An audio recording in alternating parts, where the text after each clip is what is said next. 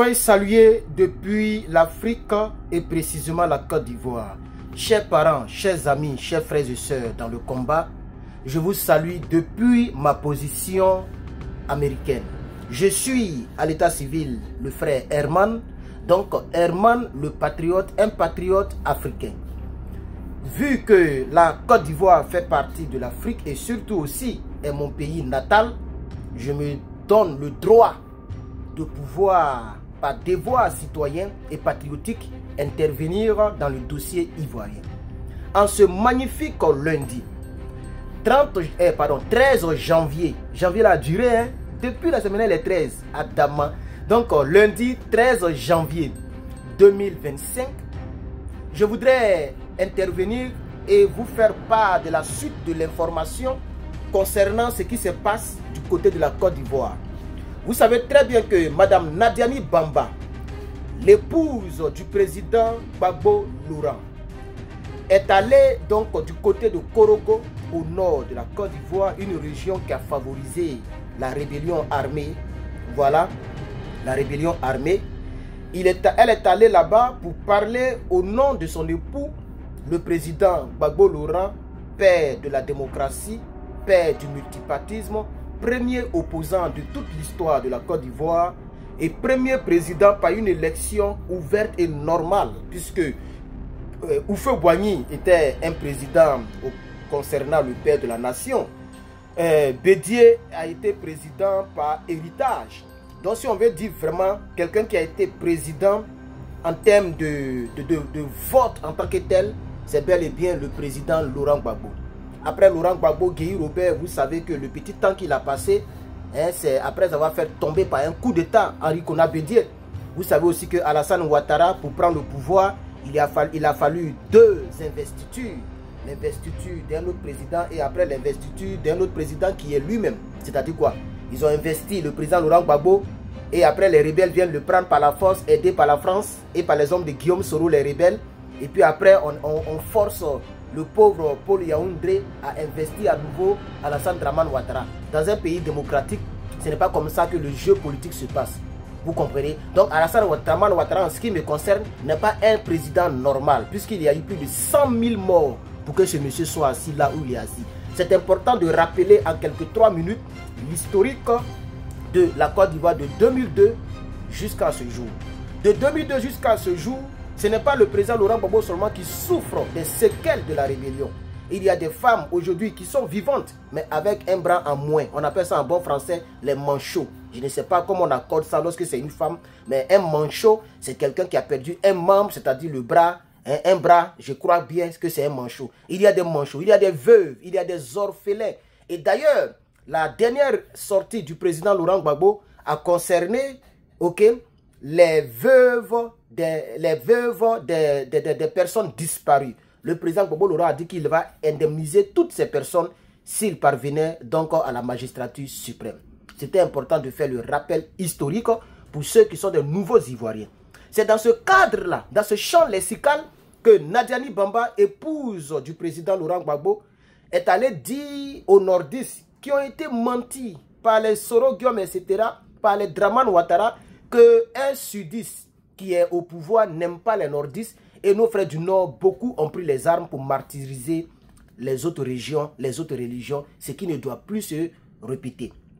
C'est pas normal que dans un pays, on puisse mentir pour pouvoir faire ce que les rebelles ont fait. Donc elle est allée leur dire que si vous voyez le président Laurent Gbagbo qui marche lentement, c'est parce que le président Laurent Gbagbo a été maltraité en prison ici à Korogo.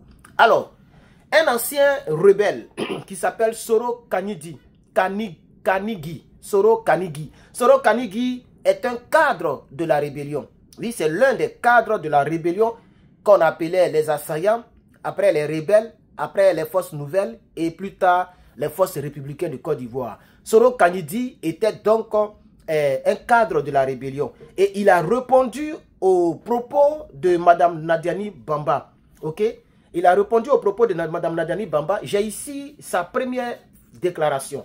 Il dit, et j'ai envie de lire avec vous, il dit, non, Nadi, Djomousso, votre charmant époux n'a nullement été violenté à Korogo. Le président Alassane Ouattara a tout fait pour garantir sa vie, sa sécurité et un traitement digne de son rang. Ça, c'est sur sa page Facebook que nous avons cela. C'est ce qu'il a dit en répondant à l'épouse du président Laurent Gbagbo concernant sa déclaration du 5 janvier 2025 à Azito qui stipule que son mari a été maltraité en prison à Korogo. Et ça, nous le savions déjà parce que vu la barbarie des rebelles dont faisait partie Soro Kanyidi, qui était un proche de Soro Guillaume, qui a visiblement trahi son frère rebelle pour aller dans les mers de Saint-Doulouintin.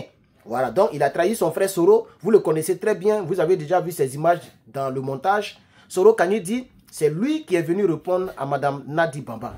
Madame Nadi Bamba, il faut rappeler un peu, elle avait dit que la démarche lente du président Laurent Gbagbo, ok, que les proches du RDR et même d'autres partis politiques que je n'ai pas envie de nommer ici, prennent pour se moquer. Je crois même que les partisans de Blé, le proverbier, prennent ça aussi pour se moquer de lui et les partisans de Draman, etc.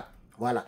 Donc, elle est partie dire aux gens que non, si le président Laurent Gbagbo marche comme ça, ce n'est pas parce qu'il est trop âgé que ça. C'est parce qu'il a été maltraité. Il a subi de rudes épreuves okay, durant sa détention en prison. Donc, voilà ce que Mme Nadani Bamba a dit exactement pour ceux qui auraient oublié. Elle dit non, ce n'est pas l'âge qui a fait que le président Laurent Gbagbo marche aussi lentement. Oui, c'est vrai qu'il n'est plus très jeune, mais c'est la prison à Korogo qui lui a laissé des séquelles. À chaque fois que le président Laurent Gbagbo marchera lentement, ce sont eux qui devraient avoir honte et qui devraient se taire. En disant qu'il marche lentement, parce qu'il est vieux, ses adversaires veulent nous faire oublier ce qui lui est arrivé, ce qu'ils lui ont fait subir. Notre chef porte les traces de leur injustice. Voici ce que Mme Gbagbo Laurent, mot pour mot, a déclaré depuis l'autre côté. Alors, on va revenir sur M. Kanidi, c'est de lui qu'il s'agit. Donc, Kanidi a intervenu, ok. Comme je vous ai dit, il fait partie de la rébellion qui a porté Alassane Ouattara au pouvoir. Il était très proche de Guillaume Soro, c'était un rebelle, pour être très précis. Voilà. Et il a vraiment dit ceci. Il dit, si Nadi Gbagbo, qui a fait ses premiers pas en politique, est fier aujourd'hui de dire que son époux, virgule, le panafricanisme nouveau, ça c'est pour se moquer du président Laurent Gbagbo, parce que le président Laurent Gbagbo soutient l'AES. Et dans l'AES, il y a un panafricanisme. Donc, Kanidi dit, il est devenu panafricanisme nouveau. Voilà ce qu'il dit encore. Le panafricaniste nouveau, virgule, très nouveau, virgule, lui avait fait remarquer que la CPI était administrée par des personnes civilisées. Elle devrait avoir la décence de remercier le président Alassane Ouattara. Vous comprenez? Je reprends encore cette déclaration de Kanidi. Il dit, si Nadi Gbagbo, au moins, ce qui me réjouit, il appelle Nadi Gbagbo. Ça, c'est remarquable. Si Nadi Gbagbo, qui fait ses premiers pas en politique, est fier aujourd'hui que son époux, le panafricanisme nouveau, le panafricanisme très nouveau même, lui avait fait remarquer que la CPI était administrée par des hommes civilisés, elle devrait avoir la décence de remercier le président Alassane Ouattara. Mais ce n'est pas vrai, Kanidi. Ce n'est pas Alassane Ouattara qui a fait que la CPI s'est bien portée. Je m'excuse. Même là-bas, à la CPI, lorsqu'ils ont demandé à monsieur le proverbier, il dit, c'est ici que j'ai appris qu'un homme peut avoir des droits. J'étais en genoux, j'étais sur une chaise nue, encagoulé. Je ne voyais rien. Même Gbagbo Laurent l'a dit. Il dit, c'est comme ça que je suis venu ici sans rien. Sans rien. Et j'ai demandé à mon geôlier, mais on a dépassé l'endroit. Et le geôlier n'a même pas eu le courage de me dire qu'on t'envoie à la CPI. Il dit, on va à l'aéroport. Il n'y a pas courant là-bas. Quand il fait nuit, tout est noir. Il faut que l'avion décolle. Et c'est là que j'ai compris qu'on m'envoyait à la CPI.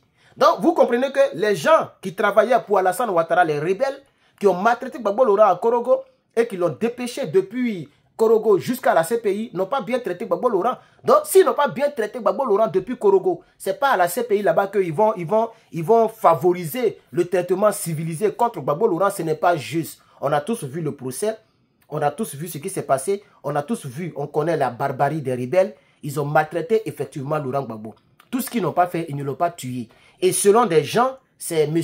Soro Guillaume qui aurait voulu qu'on l'envoie à la CPI parce que Soro Guillaume se disait qu'il n'allait jamais revenir. Au lieu de le tuer pour se mettre à dos tous les Ivoiriens, on l'envoie à la CPI et il est aux oubliettes. Mais si Soro Guillaume affirme ceci, il va donc salir son mentor Alassane Ouattara. C'est pourquoi jusqu'à présent, Soro Guillaume est tranquille, il ne casse aucun papeau. Et je sais que ce monsieur ne parlera jamais parce qu'il ne veut pas rendre service à la postérité de la Côte d'Ivoire. Il ne veut pas rendre service au peuple de Côte d'Ivoire. C'est pourquoi moi, personnellement, même si le PPACI marche avec lui, ça c'est leur problème. Je soutiens le PPACI puisqu'il est dirigé par le président Laurent Gbagbo. Je soutiens le PPACI sans entendre quelque chose en retour.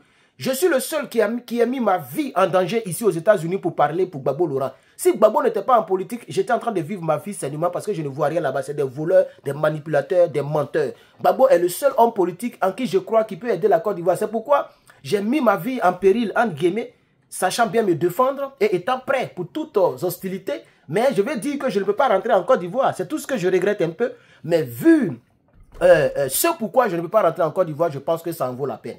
Alors si demain, le président prend le pouvoir et que les gens n'ont pas été reconnaissants, ça c'est leur problème. Mais je suis aussi en droit de parler, puisque le président nous a dit parler comme ça on saura ce que vous pensez. Je le parle et je l'ai toujours dit, je ne marche pas avec Guillaume Soro. Je ne suis pas d'accord que ce monsieur qui a fait maltraiter le président Laurent Gbagbo, ce monsieur-là, aujourd'hui soit l'ange gardien des Ivoiriens. Moi, je n'en fais pas partie. Et c'est là la discussion, la discorde se situe entre tous ceux qui sont des Ivoiriens qui espèrent que Soro Guillaume est un homme bon, et moi, Herman le Patriote, et tous les cyberactivistes, on est dans une divergence qui ne dit pas son nom. Tous les cyberactivistes sont pour le fait que Soro Guillaume est un ange. Moi, j'ai dit Soro Guillaume, c'est un démon, c'est un tueur. Il doit payer pour ce qu'il a fait. Il ne peut même pas sauver la Côte d'Ivoire d'entre les mains de Dramane. C'est Dieu ou le peuple de Côte d'Ivoire qui peut sauver la Côte d'Ivoire. C'est de ça qu'il s'agit. Alors, voici l'information que je voulais apporter à votre connaissance. J'ai encore beaucoup d'autres choses que j'ai envie de dire, mais le temps est imparti. Nous sommes déjà à 12 minutes. Je vais m'arrêter là. Pour toutes les personnes qui ont un véhicule, allez-y sur mon site lepatriote.big. Cartel. Grand cartel. Bigcartel.com. Allez-y sur ce site et commandez votre scanner. Nous livrons partout en Europe et partout, je vais dire partout en Europe, partout en Occident si vous voulez. Nous livrons partout sauf en Afrique pour l'instant. Donc, commandez votre scanner, c'est très important. Si tu as une voiture, tu dois avoir ce scanner. Il va te dire ce qui ne va pas dans ta voiture. S'il y a une panne, ce type-là te part d'abord à la maison avant d'aller chez le mécanicien. Comme ça, tu sauras si ton mécanicien est un faux, un menteur ou s'il est bon. Que Dieu bénisse l'Afrique, précisément que Dieu bénisse la Côte d'Ivoire et que Dieu soutienne le président Laurent Gbagbo et le PPACI. Je suis Herman le Patriote. Merci d'avoir suivi ces 13 minutes et abonnez-vous.